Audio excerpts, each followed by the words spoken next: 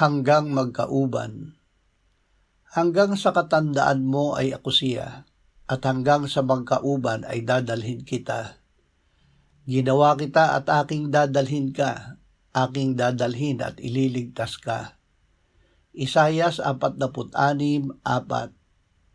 O Diyos, iyong tinuruan ako mula sa aking pagkabata, at ipinahahayag ko pa ang iyong kagilagilalas na mga gawa.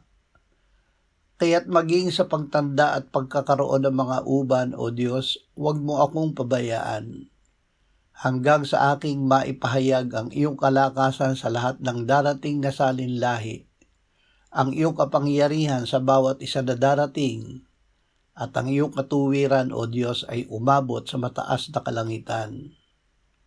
Ama, salamat na kami na sumasampalataya sa iyo at sa iyong anak ay bubusugin mo ng mahabang buhay at ipapakita mo sa amin ang iyong pagliligtas. Amen.